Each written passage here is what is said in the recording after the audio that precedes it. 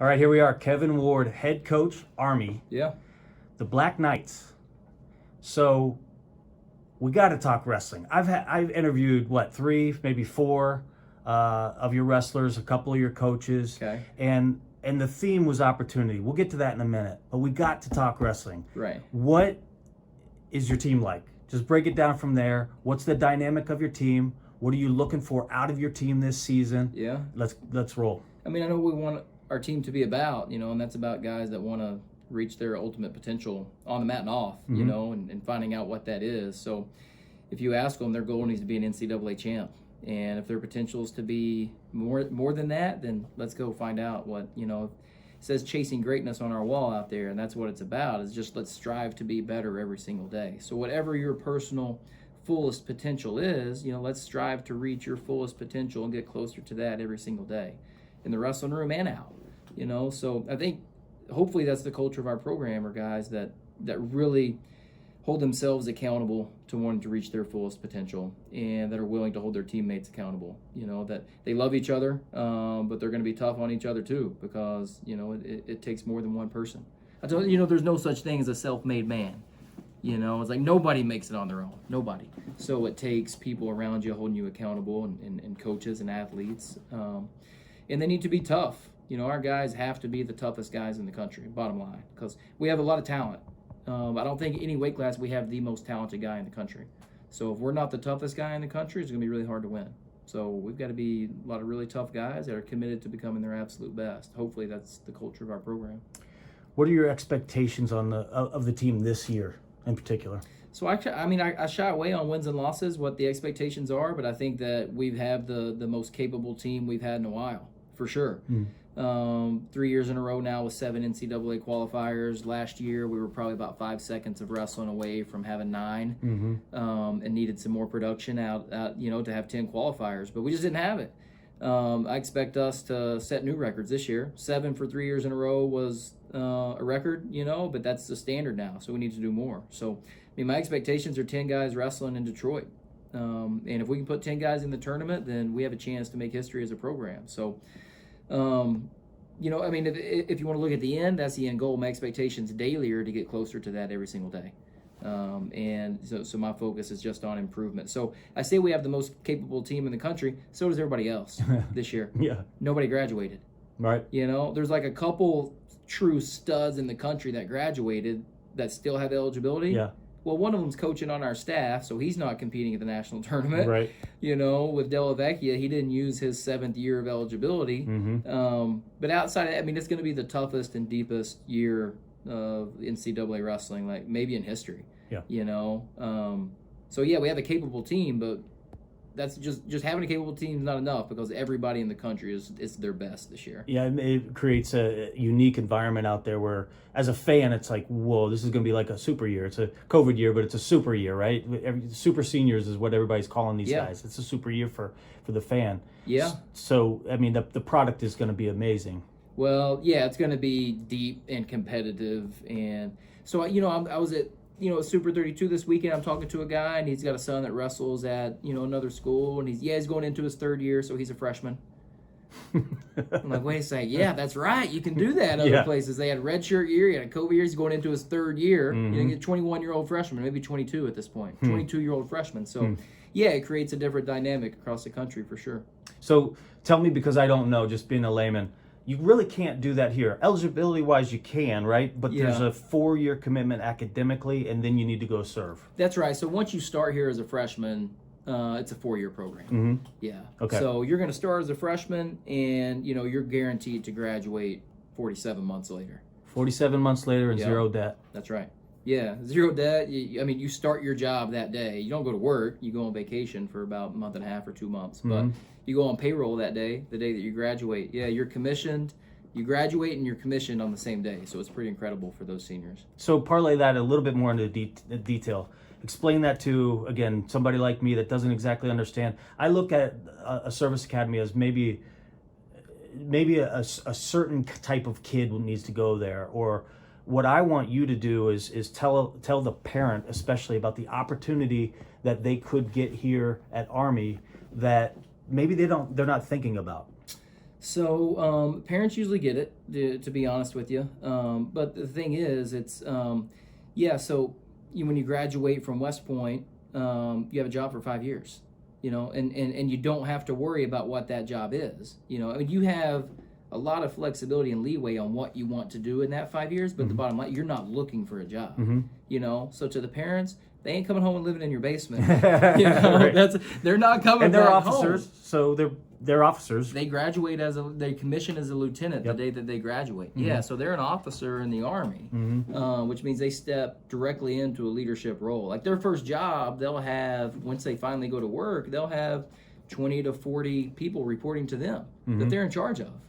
What other school can you say that when you leave, not only are you given, the opportunity for that, right, but you've been trained. Like the expectation is there because you're capable of meeting it. Like right. You are trained to be a leader of other people. 6 months after you graduate, you're ready to lead people. Now you're going to need help. You're going to need mentored. You're going to need everything that everybody needs in any line of work. But your potential has been developed. So you're expected to be a leader when you graduate, and that's what the country expects. That's what we expect here. And the bottom line, those expectations are there for a reason because they meet it, every single time. Truly set up for success, right? Yeah, without a doubt. So if you look at you graduate here at 22 years old. So say you want to do 5 years and you want to get out of the Army as a captain at 27 years old. Look at their resume at 27 years old compared to mine when I was 27 years old, right. I mean, there is no comparison. Yeah. So they're really set up for success, whichever direction, they want to take. And what's cool about it is like, there's a plan in place. Just follow the plan, follow the roadmap. You have freedom to be an individual and choose your own way, but you just have to follow the plan. Yeah, that's one thing I noticed. These kids are different. Yeah. Coach D'Angelo said they're not robots. Right. But they are. They have different personalities. They just are following a plan that's set up before them. So it's just executing on the plan. What's like super interesting about this is when you see them come into West Point, they're not that different. So the day they show up, you take them and you take Kevin Ward that went to Oklahoma State, as an 18-year-old. We're not that different.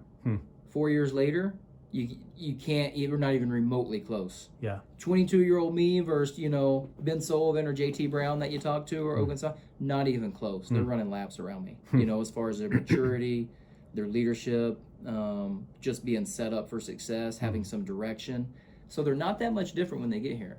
47 months later, they're light years ahead of everybody else. Sounds pretty good to a parent that might not know what's going on over there at those service academies. I'm talking to myself now, but right? Yeah. I mean, sounds like a really good deal. Well, it's an entire institution that's built around the personal development of 4,400 students.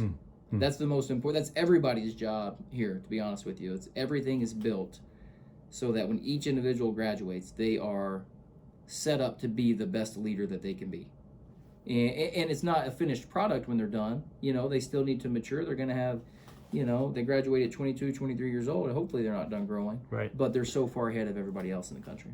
Talk to me about your coaching staff. You got some pretty good ones out there. You mentioned Jesse already. Yeah. He's just coming over this year from fresh off the mat of of being an NCAA finalist. Talk to me about him and the rest of the guys. So I mean, Jesse's awesome. Like everything you would expect him to be, and a little bit more. As a young coach, obviously he knows wrestling. You followed his career, but what's different? He doesn't just know wrestling. Like you can tell that he really had to learn wrestling. So you can tell he had good coaches. Even more than that, you can tell that he really wanted to be good because it's his approach to the sport. Like he really wants to learn it. And somebody like that ends up being a really good teacher because it's not just repeating what somebody said. They understand techniques. They understand training. Yeah. That shows in the way he talks to the guys. And of course, he can beat up anybody in the room, so that's ultimate respect right away. He can go out there and he can, get on top of somebody and roll them up. Right. So he's fantastic. Joe D'Angelo has been with me. I think this is his 5th year now, and he's been promoted to associate head coach as well. So, I mean, Joe knows the place, has been super consistent, loyal to me and our program.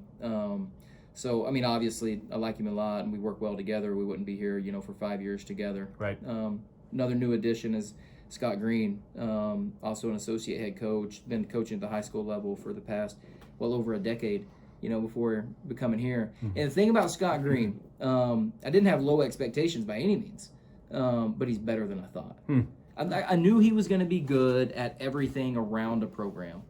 That includes recruiting, but it includes building community around your program, keeping people in touch, doing everything that it takes to have a successful program, not just a good team. Mm-hmm. You know, like I looked at where he came from before at Wyoming Sam. They had good teams, but even more than that, it was a good program. Mm-hmm. It wasn't just a couple good individuals and a good team every now and then. Their whole program was good. Mm-hmm. That's what got me so interested. But now, so I know he's good at that.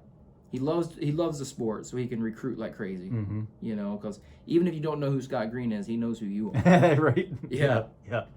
And I mean, watching him in the room, just his style of communicating, his way of teaching and communicating with the guys and getting a point across, it complements, I think, the other coaches and definitely myself. You know, and the styles that we communicate, they're different, which the team needs. Yeah. But he's every bit as good of a coach as you would think. You know, of somebody that won a few national titles in high school and had dozens of guys win national titles. Yeah, he's a rock star. Nice.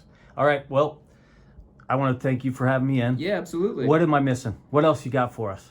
Man, you know what? I appreciate you coming by, and for anybody that's watching, you know, just excited for the season. Mm-hmm. If you look at our schedule, you know, we jump right into it. You know, our first 3 dual meets are Penn State, Iowa State, and Rutgers. Yeah, you're not backing down from anybody, are you? Why would we at this point? Mm-hmm.